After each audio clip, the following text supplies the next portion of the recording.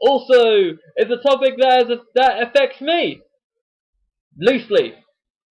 So, this man, Harry Strick, is an absolute waste of space. Literally, this man, to this day, he pisses me off no end, and I'll explain why. A few years back, Harry Strick just messaged me out of the blue, say, "Hey, you wanna have some cards?" And he told me prices and all that. I paid him money. Now this was back at the time that I was really into my Yu-Gi-Oh, and at that time there wasn't too much of an established Yu-Gi-Oh trading inventory kind of thing online, right? And yeah, I passed him 100. Myself and a mate of mine, Nick, we passed him money, and fuck, man, he stole our money essentially. He promised us these Yu-Gi-Oh cards, and yeah, to this day he owes me 100 quid. Will I get this money? Fuck no, because he scammed a ton of people.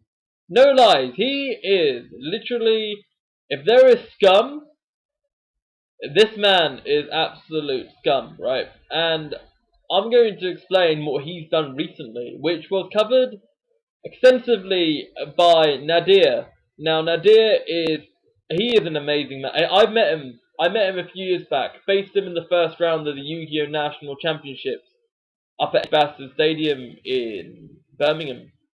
Faced him in round 1. He played with Infernal. I think it was Infernal, yeah. He rinsed my ass. He anally ripped me to shreds in the first round. Fuck. he's good. But yeah, he runs a Yu-Gi-Oh channel called Glasgow Yu-Gi-Oh, and doing very, very well. Well done to all your hard work, man, by the way. And yeah, he did a video on what was happening with Harry Strick. Now, I saw news online about this whole situation involving this website called Yu-Gi-Oh Network, which is basically some sort of Yu-Gi-Oh website where you can play Yu-Gi-Oh online or something like that. I'm not 100% sure on what it is, but I'm assuming it is, right? Something like that, right? Where people can play online, because to give you some context, Julie Network, which used to be an online platform for Yu-Gi-Oh players all around the world, unfortunately they did not. I'll start again. They got banned. They had to take their website down because NAS, a company that owned part of the rights of Yu-Gi-Oh, they said, "Nope, put it down, no more, nope." Right. So they got taken down, and so Harry Strick's like, "Oh, we're gonna make Yu-Gi-Oh great again," or some sort of bullshit like that. And so asked people to have pass their emails. And what it turned out to be is that somebody, I can't remember who it was, somebody exposed Harry Strick. And looking at the source code of the website, and it turned out that it had links to Russian malware sites. So essentially, what he was doing, he was stealing people's information to give viruses and malware and bullshit. And let's face it, this man here, Harry Strick, he is somebody that, do you give him money? Don't expect to get it back. No lies. He is literally, he is a terrible example of a human being. He's not the Grinch that stole Christmas. He's the Grinch that stole your wife, stole your partner, stole your husband, stole everything, man. I'll tell you this right now. Apparently he's hiding out in Thailand or something like that. And I'll tell you this. This man gets arrested and sent for all the pissing bullshit that he's done to not only me, but to everyone else in the community and beyond. Then, yeah, go for it. I mean, I don't wish ill on people, right? I'm not that kind of person, but end of the day, I know him enough, and I have seen enough. People have been scammed enough. He needs to be taught a lesson. And if prison is the only lesson, then I'm all for it. Now, I'm going to elaborate more on all this, right?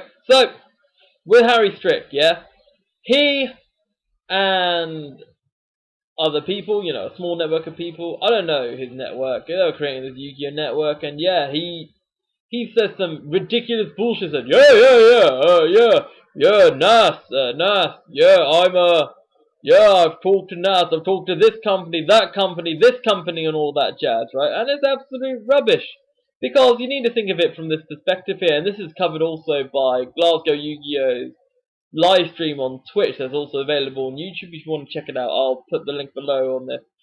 And he said that he's talking to all these companies, and what people don't realize is that you talk to these major companies, right? And I've witnessed this as well, because I've had to email major companies as well, right, about personal, well, my performing life, right? And they take ages. Literally, I'll give you an example. I emailed a company, an unnamed company, right, about something, and they got back to me 2 months later. So I sent the email back in October. They got back to me the other day. Can you imagine companies like this? They don't have time to look at emails. For example, Dan Parker, who part run DN, the Dueling Network, back in the day, when he sent emails, and this is covered, yeah, it took them ages to get a reply. You know, it took them ages to get a reply of major companies. That's how business works. And so, there's far more about it. I'm going to link you both these videos, as I said, from Glasgow Yu-Gi-Oh, because he covers this more extensively than I do, and I can't give it any more. I can't give it anywhere near the justice that Nadir done, right? And yeah, I will tell you this right now, right? Please, if you hear a man called Harry Strick or Harry Peters, because he goes by these two aliases, please, please, please do not give him any money, because he he's also, apparently, I'm not 100% sure on this, and I don't think the sources are 100% legit, but he's borrowed money from a company just to go clubbing or something, some sort of sponsor. I don't know, 100% sure, and he hasn't paid them back. It sounds legit from him. Yeah, and I'll tell you this right now. Anyone that called him on this bullshit, and this is absolutely true, he literally blocked tons of people, and he released a video. He released a video also explaining what's going on, and it's absolute crap. Now, I haven't seen the video because he blocked me a long time ago. Like years back when I asked for, hey, where's my cards? He just blocked me. I was like, what the hell's going on? What is going on? He just blocked me, he took my money, went, well, fuck him. Yeah, so it's really a sad state of affairs, to be honest, and it's really sad that people like Harry Strick exist. I mean, scamming, lying to people, man, what the hell, man? That is just terrible. To live a life like that, no, I really feel sorry also, and I'm going to say this honestly. I feel sorry for also his friends and people affiliated to him, because you cannot defend that! You can't defend stealing money off people, right? You can't. You honestly can't. And yeah, literally, hell, if anyone can arrest him, listen to this, just do it. He's in Thailand apparently. Right, now, we have a very special feature on this episode. And you're gonna hear this right about right now! Right, Moonlight Army, we're now at the next section of this show at DrayZera Uncensored. We have an international guest. He has flown all the way from China just to be on this podcast. However, what would be more realistic is that this man studied here a few years ago and is now living with me as my housemate. So, pick which one is more believable. Anyway, welcome Jay! Hello Jay, welcome! Hello. Hello, Moonlight Army. Thank you. You said Moonlight Army, woo! Actually, random side note, what is Moonlight Army in Chinese? Yeah, he's from China, by the way, if I haven't established that. What is Moonlight Army in Chinese? 月光军团. Say that again louder. 月光军团. Yeah! Yuguan Chuchan! Yeah! Alright, so the reason why I brought Jay onto the show is because of the fact that Jay, coming from a different country, he has some very fascinating things to talk about, and we're going to talk about some fascinating topics, ladies and gentlemen. So, for all those that are completely unaware about China, now China, I have watched 1 billion, we've watched so many videos on China, haven't we? Yep. We have like literally like these past few weeks, we've just been sitting down watching hours of Chinese videos, especially from two YouTubers, DrayZera and LaoY86. Check them out, ladies and gentlemen. And there are two topics in particular that I really want to talk about. The first is about relationships in China. Now, in the Western world, we're far less strict. I think strict is the best word. We're far less linear when it comes to relationships. I mean, I'm not. Less stressful. You would say Well, how would you say? stressful. Less stressful. I don't think that's the right word because relationships can always be stressful. I mean, but the best way I'm gonna put this is in the West, we don't really think about age difference too much or sexuality, like sexual orientation. That's not really a big deal here in compared to China. But in particular, what I really want to talk about specifically is the leftover women and leftover men. Now, I'm going to let you explain. Now, what is the concept of a leftover man, leftover women? The floor is yours. So the leftover men or leftover women are the people who are over a certain age. Okay. So because if they're older than that age, so it's very hard for them to get married. Okay. Alright, so if I was a single Chinese woman within that culture, at what age do I not need to get married, but how culture perceives you to be married by? What certain age?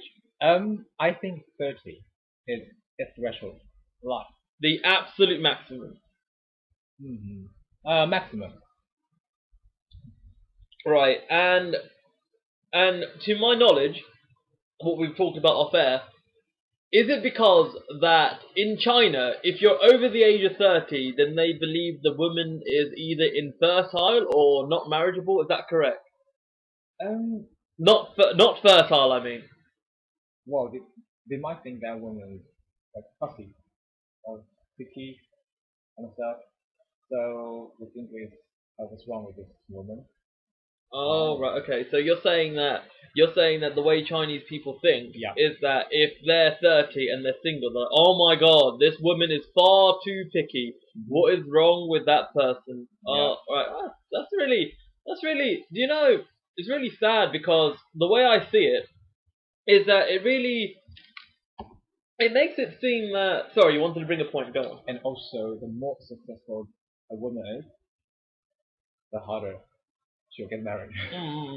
It's keen to note that despite the advancements of Asian countries with sexism and equality, compared to the West, China, Japan, and various other countries in Asia, they have a whole way to go to achieve equality.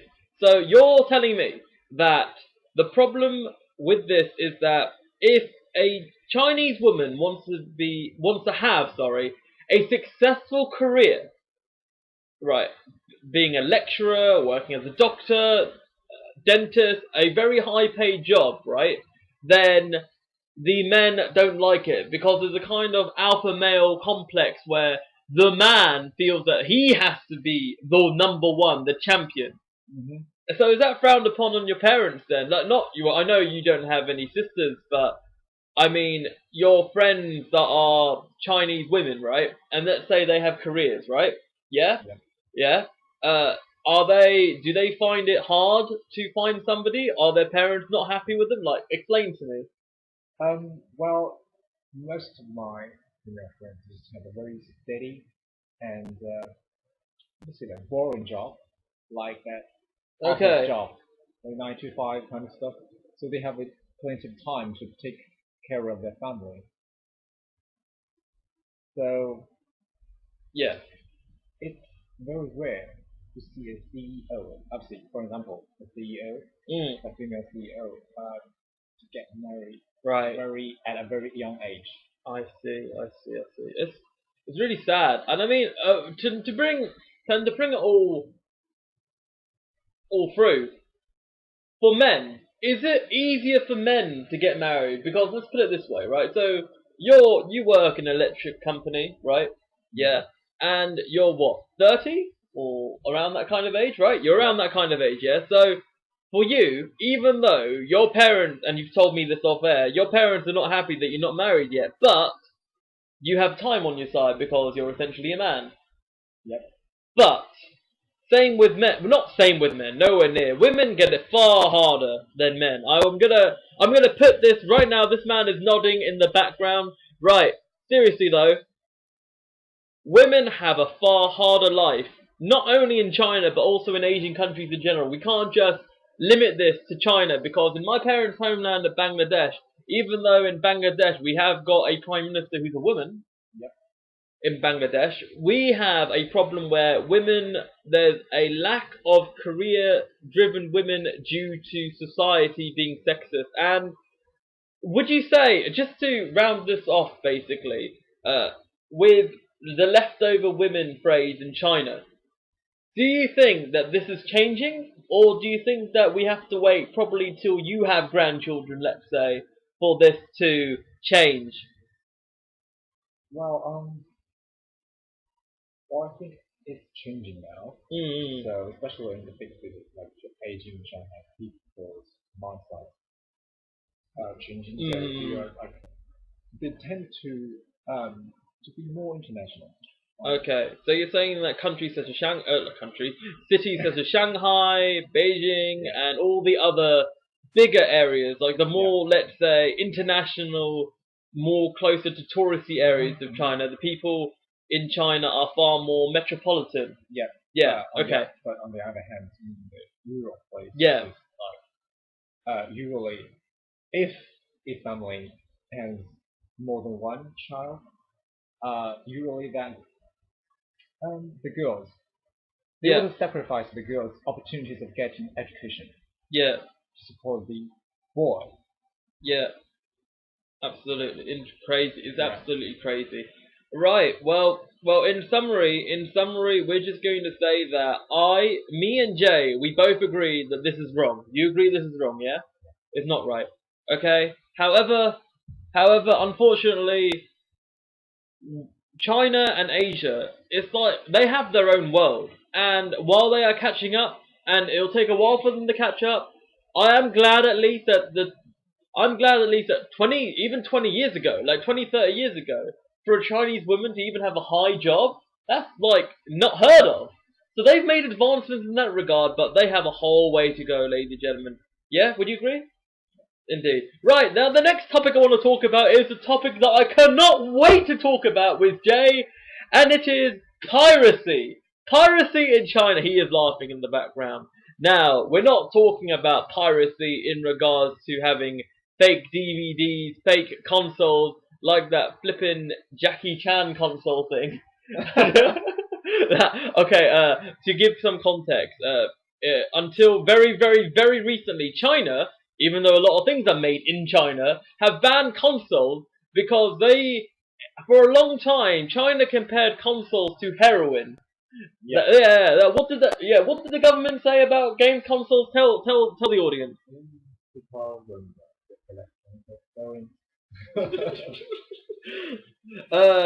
Yeah. I see. Yeah. It's crazy. Absolutely crazy. Right. So, sorry, you were gonna say. Well, I think they realized that it's not the console's fault. Because even though the the consoles have been banned in China for like until 2015. Until 2015. Yeah. So the young people just turn to the online game, which still is bad. So they're like, well, it didn't. It didn't help at all. Indeed. Well, I'll tell you this right now. So piracy. I have to say, when I discovered this about China, I put my head in my hands. I didn't even know how to sleep at night. Okay, I'm exaggerating a little bit, but I am shocked as hell. So, in China, well, bear in mind, China is a big, massive land of a country. They have places in China that literally are copycat villages and towns. I'm not even lying to you. If you go on the internet, you type in Thames Town, that's spelled Thames, town, in China. It is literally a town replicating around Kingston upon Thames in London, right? There is another village. This is the one that was covered extensively. There's this village in Austria that I've completely escaped the name of. They have literally copycatted the whole village in China. I think it's not far. Was it near Shanghai? I think it was near Shanghai. No, it's, I think it's well, Shenzhen. In Shenzhen. Southern, yeah. Near Southern Shenzhen. Yeah, around the Shenzhen province area. So, please, please enlighten us, the world, this amazing Austrian village. Please talk about it. Go, go, go. Well, I think the initial reason that developers built this village was to attract Chinese people to buy the property because it looks exotic to Chinese people. Oh, right. Sorry to interrupt. I forgot to explain. So the reason why they created these villages in the first place is for real estate. Now, China had a real estate boom that has happened in the last few years, and it's still happening. Although I fear that what goes up must come down, but that we're not at that stage yet. So what happened was they created these towns and villages so that people would live in. However, for the most part, they have become ghost towns. And Jay, you're going to elaborate and carry on your point. Sorry for interrupting, but I forgot to elaborate. Go on. Yeah, so basically that Austrian village became a failure because nobody bought it. Nobody was interested in it at all. But and also prices skyrocketed as well, yeah, for some ridiculous reason. So eventually it became a tourist attraction. So yeah. So if you go on videos made by ADV China, or you just type in Thames Town China, then you'll see that it is literally turned into a tourist attraction. Whereby, we'll put this into context, right? China is an absolute massive population. China literally covers a quarter of the world. That's how big the population is. However, most of China has not left China. I don't think. Yeah. I've not left the Asia or something like that. Would you say? Would you say it? Yeah, or percentage? Yeah. Okay. So a huge percentage of them have never left the country. So they're like, well, I don't want to go to. What's the point of going to Austria if Austria's right over there? You know what I mean? I think it's absolutely absurd. I feel. I'll tell you what. I think it is a great idea to have something different in China. Don't get me wrong. I'm going to balance this out. However, the execution and the illegitimate copying of these places, I just feel that would you say, I wouldn't say it's ruining China's culture or identity, because China is so massive. But do you feel that this is only the beginning? Thames Town was built in 2006 or 2007, but is this only the beginning? Or do you think that China will start building stuff that, as well as obviously houses, but would they start building more cultural stuff that's more closer to them? I mean, I don't want to go to flipping China and be like, oh, why is there an English shop? Why is there a village that's English? I want to go see temples and that, not a flipping coffee shop that looks like flipping, I don't know, the cafe shop down the road from me, you know? Anyway, yeah, tell me, do you feel that this is a problem? Do you feel that they can... is it only just beginning? Are there going to be 1 million more villages in China that's literally called, I don't know, Hali? Oh, wait, hold on. Before you talk, I just realised something. They have a flipping Eiffel Tower! They have the White House! They've got copycat places! They've even got flipping Egyptian Sphinx statue pyramid! What the hell? Anyway, I've had enough talking. You talk. Go. Well, I think it's just the beginning. Actually, to be honest, I think Chinese people like the European style of architecture. Right. Well, I can tell they like it. Yeah. Yeah. Well, I just hope they will be more creative rather than just simply copying. Yeah. stuff. Absolutely. Absolutely. Absolutely. Well, so I have to tell you in conclusion, because in this section of the program you have to head off to London very, very soon because you are a busy man. I'll just say very quickly. Would you say, for people that are viewing this now, because 99.9% of the audience viewing this have never been to China before, tell us within 2 minutes or so, tell us why people should go to China. Tell us. Because I want to go to China. I'm fascinated by the country. Go for it. Okay. Why should people go to China? Well, tough question actually. If you want to uh, experience the very totally different culture and life, and then go to China. Actually, Chinese people are very welcoming and friendly to foreigners, but I think due to a very strict visa policy to foreigners, so it's kind of hard, right, to enter China. Okay. So just to, sorry to interrupt again. So to clarify to people, because obviously a lot of my audience is going to be from England.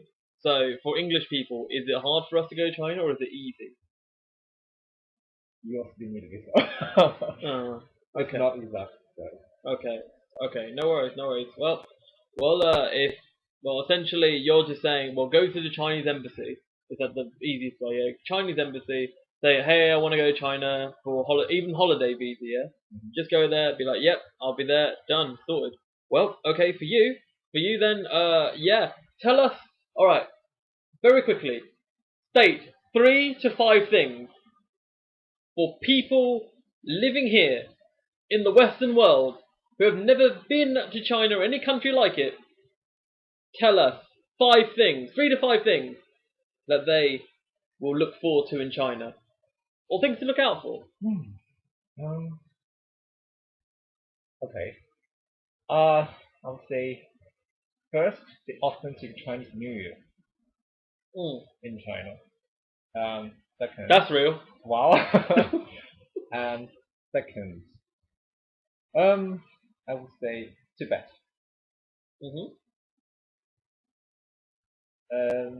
Third. You feel free to explain also, because there could be some viewers that have never heard of Tibet before. I'm not lying to you. I know what Tibet is, but there's quite a few that may have never heard of it. Go for it. You need, I mean, yeah. Okay, Tibet is located in Western China, so it's like full of mountains place, and you can see that very original Buddhism temple there. Also a beautiful scenery there as well. Food actually, definitely food. Oh my god. Let me just tell you this right now, yeah. I have tried Jay's authentic Chinese cuisine. It is country mile better than what you get in Chinese buffet. And Jay would admit himself he's not the best cook in the world, and if I'm getting it from him, imagine the great food you get in China! Oh my god! Sorry, Karen, I've just got excited when I come to this guy. Yeah. You'll see that all kinds of fascinating and weird foods in China. Especially if you go down to the south. Yeah. Especially, southern China. The north, by the way, people, they have far more food that is less weird. Well, I say weird. It is more conventional. That's a better way. Yeah, it's more Westerners friendly. You feel, give some examples of food that Southern Chinese people eat. Weird. What? Yeah, examples. Yeah, go for it. Like pig blood. Pig blood. Pig blood. Okay. Oh god. Also snakes. Yeah. Definitely feel scaly, wouldn't it? Yeah. Go on. And various insects. Oh yeah, hornets and all that. Yeah. All right. Well, is there anything else you'd like to say before we close off this section of the show? Well, Thank you. You're so glad. You're so glad. It's so funny. While I'm very grateful that you said that, you just feel so strange. We live in the same house, so it's like me going, "Hey, you want to be in this for 10?" It's not like I had to call your agent, call the Chinese embassy, or call I don't know, who's that Chinese singer that's very popular that you showed me? Which one? The one on that Chinese that did that English song. The girl. Yeah, the girl, the lady. Yeah. Jane John. Yeah. Jane John. Yeah. Yeah. You're not like Jane John's relative or something. I had to literally call. Hey, can I get Jay on the show? We barely see each other with the animals. You're right. We don't see each other that often. We're not like in a relationship or anything. No. Don't hit me! Oh god!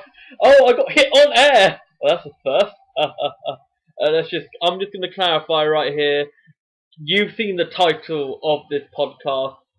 It's not Jay. Okay, it was a person from this ethnicity of England. I'm not gonna say anymore. Jay is 100% straight. Unlike his friends in China joking to him, he is not gay. He is single, and ladies, he is available. Thank you. Yeah, indeed. Well, anyway, thank you very much, Jay. I'm going to shake your hand, even though no one can see us what we're doing. And thank you very much, and have a good time in London. And if I don't see you before New Year, then Happy New Year, man. Happy New Year. Indeed. All right. Thank you once again, Jay, for the interview. Thank you very much, man. Right, so into the final section of the podcast, and this is the Poetry in Bed Poem of the Week section, where I read a poem from a writer, spoken word artist, poet, whatever. It's just a poem from somebody, but this somebody is not just a somebody. He is Alex Velis. This poem is called Come Home, and it is from his book, Everything is Terrible. You can buy it on Amazon, either on the Kindle, paperback. It's probably for every book, actually, but I'll leave a link below for you to check it out. And after I read this, Come Home by Alex Velis, please, if you wanna buy it, not that much money, it's only less than a tenner. Bang on! Anyway, this is Come Home. It is hardest on the nights when I am alone, when there is no alcohol left to drink. My pockets are empty, and my lungs ashen. I am left with my thoughts of you, and all are now twisted memories that wreak havoc under my ribs. I wish for just one more drop of you, of booze, of anything that will help me sleep tonight. I am simply and unequivocally in love with you. If that is not the saddest thing I have ever said, then maybe I should stop talking, 'cause I make myself a liar. I am just a man, and perhaps I am arrogant, or I am foolish, or I am flawed to my very core, but I am just a man. And you are my weak knees, my weakness, my first call, my last fight. But more importantly, you're my waking up at 5 a.m. because I don't know when you're fucking coming home. And you should just come home. I realize that you are not going to. This is not your home, and this is not your bed, and this is not how things are anymore. I'm clapping. I know I'm in an audience of one person, but man, that is some amazing work. That really sent shivers down my spine. It can be extrapolated to many things. Love, mental health, man. The imagery. Oh man, I'm not lying to you. I'm feeling quite emotional after reading that. Holy guacamole! Oh man. Oh.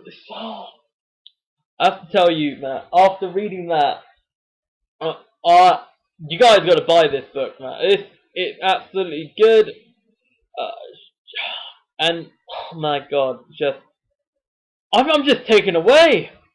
I'm nearly as I'm probably more taken away by reading that than my gay sex experience. I'm not even lying. I'm feeling wow.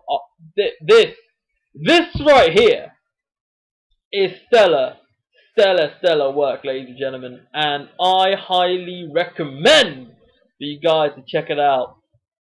Right, ladies and gentlemen, beautiful people of the Moonlight Army, gentlefolk, let me tell you this. Thank you very much for listening to this. And obviously, because this is going up on the 31st of December, Happy New Year to everybody. I will be back same time next week. I'll come next week Saturday or Sunday, most likely next Saturday. Yeah, and I'm going to be doing some more DrayZera Uncensored stuff. So stay tuned, strap yourself on, and enjoy the ride, because my name is DrayZera, and I shall zera later. Uncensored!